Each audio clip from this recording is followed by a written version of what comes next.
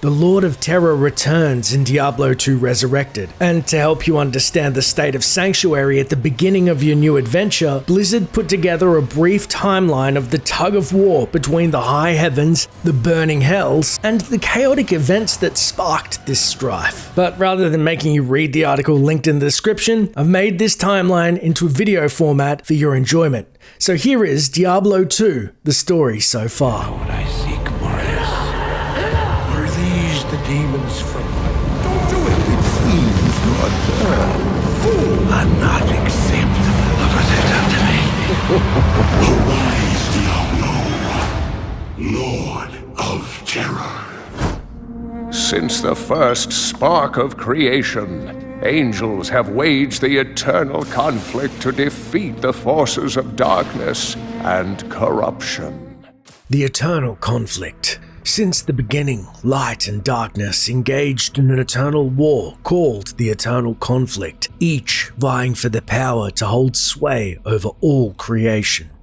On one side of this conflict were the angels of the high heavens, warriors led by the Angiris Council of Archangels, who believed that only absolute order could govern the realms. On the other, the demonic denizens of the burning hells, led by the prime evils, Diablo, Baal, and Mephisto, who claimed that darkness and chaos were at the center of all things. Yet, despite the length and sheer magnitude of the battles between these factions, neither could gain dominion over the other for long. The Archangel Inarius, exhausted by the endless conflict between the heavens and hells, sought to create a peaceful world devoid of the strife that had consumed both realms for so long. To this end, he joined forces with the demoness Lilith, daughter of hatred, and renegade angels and demons sympathetic to their cause to create the mortal realm of Sanctuary. Inarius utilized the World Stone, a powerful artifact that had long been fought over by both factions, to conceal Sanctuary from the prying eyes of heaven and hell. The dissident angels and demons of Sanctuary gave birth to the forebears of humanity, the Nephilim. When it was found that the power of these entities could eclipse that of their progenitors, some were concerned that their strength might draw the attention of the high heavens and burning hells. When Inarius left to contemplate this revelation in solitude, Lilith, fearing for the safety of her children, rampaged through Sanctuary and butchered every angel and demon residing in the realm. Inarius was forced to banish her to the void and tampered with the World Stone to curtail the power of the Nephilim. Each generation grew weaker, their lifespans diminishing over time until they fully transformed into a race of mortals who possessed little knowledge of their forebears. Angels, demons, I fear their conflict will soon engulf the world of men. And when it does, what hope will there be when even the wrath of angels cannot be quenched? The Sin War. For a time, mankind led a peaceful existence in Sanctuary, but as with all good things, such was not to last. The lords of the burning hells unearthed the mortal realm that had been hidden from them, enkindling the great Sin War. This struggle saw Inarius pitted against the forces of hell, each attempting to subtly coerce and manipulate the humans to their respective sides. Both vied for control over mankind, the demons seeking to brandish the mortal denizens of Sanctuary as weapons in the eternal conflict, while Inarius sought to keep control of the perfect world he had created. To influence humanity, the prime evils of the burning hells founded the Triune Temple. This cult was comprised of 3 branches devoted, unbeknownst to the mortals, to alter egos of the prime evils themselves, Mephis, Dialon, and Bala. The Triune slowly and subtly seduced humanity to the side of sin, growing in number as the decades passed and the influence of the prime evils went unchecked. In an attempt to offset the Triune's growing power, Inarius adopted the guise of the Prophet and created the Cathedral of Light, to preach the tenets of the high heavens. The stalemate between light and dark continued in Sanctuary as it had in heaven and hell. Both the Triune and the Cathedral of Light spread their respective gospels throughout the lands and amassed swaths of believers until their game of chess was upset by the return of humanity's first mother, Lilith.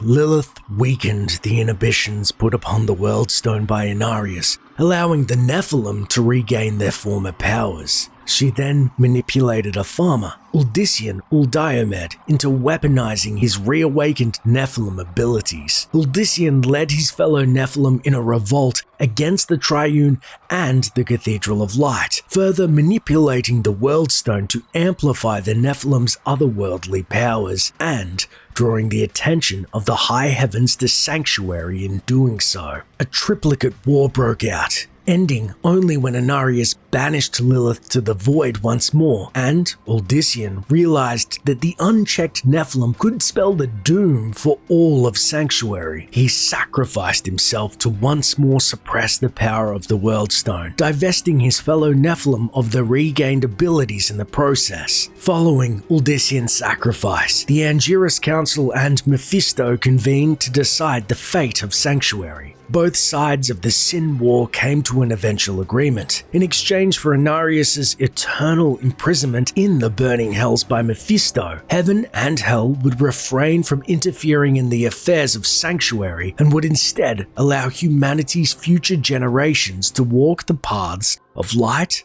or dark of their own unbiased accord. Thus, mankind's memories of the Sin War and of the demons and angels that had once walked amongst them were erased, and the entire affair faded quietly into history.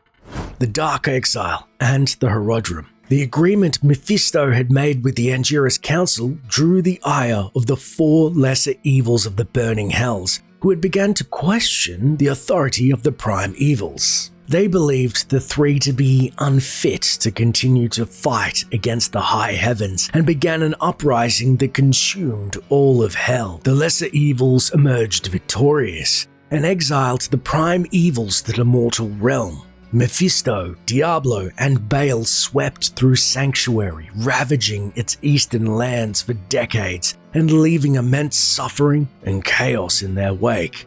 Their presence was eventually noticed by Tyrael, the Archangel of Justice. To combat the prime evils, Tyrael formed the Horodrum, a faction of powerful mages who devoted themselves to the destruction of the demon lords. The Horodrum pursued the three throughout Sanctuary, armed with soul stones fashioned out of the Worldstone shards by Tyrael that were capable of imprisoning the prime evils.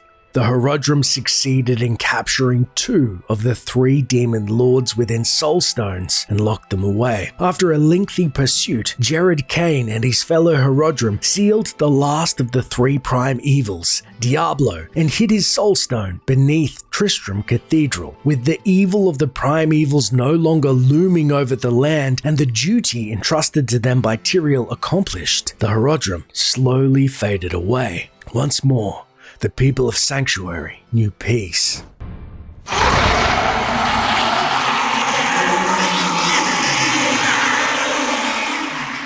The Darkening of Tristram. Years later, a well-liked monarch named Leoric came to Tristram and named the town his seat of power. Unbeknownst to Leoric, the Soulstone had been sealed beneath the cathedral long ago and had become corrupted by Diablo's power over time. Leoric's advisor, the Archbishop Lazarus, found himself drawn to the Soulstone and the energy emanating from it. Diablo corrupted Lazarus and compelled him to free the demon's weakened spirit.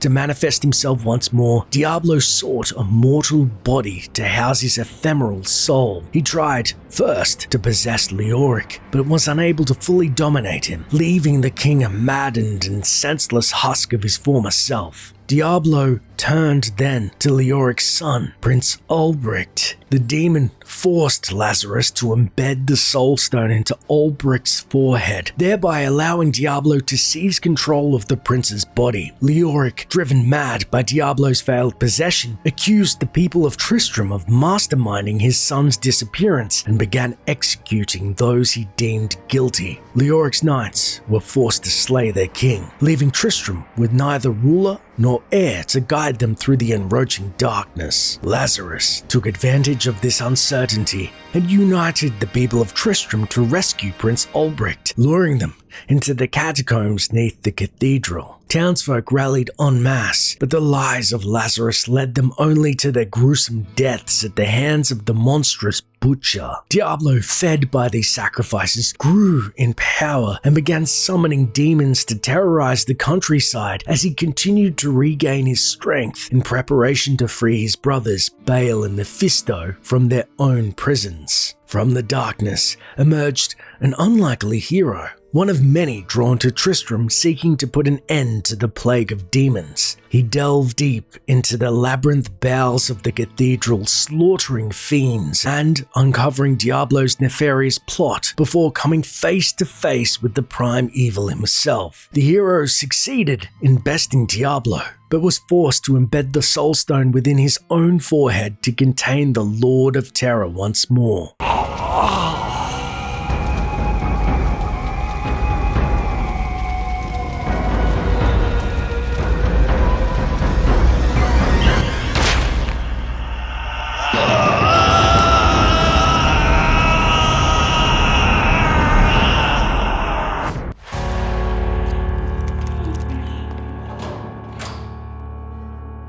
Evil has survived. Evil returns.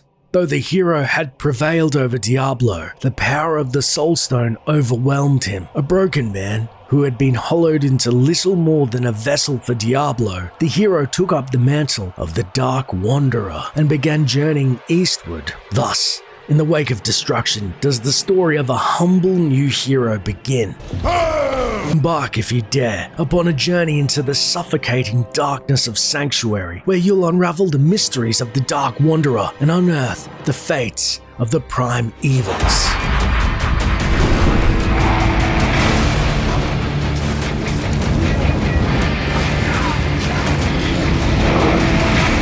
This may be our darkest hour, but it will be your greatest moment.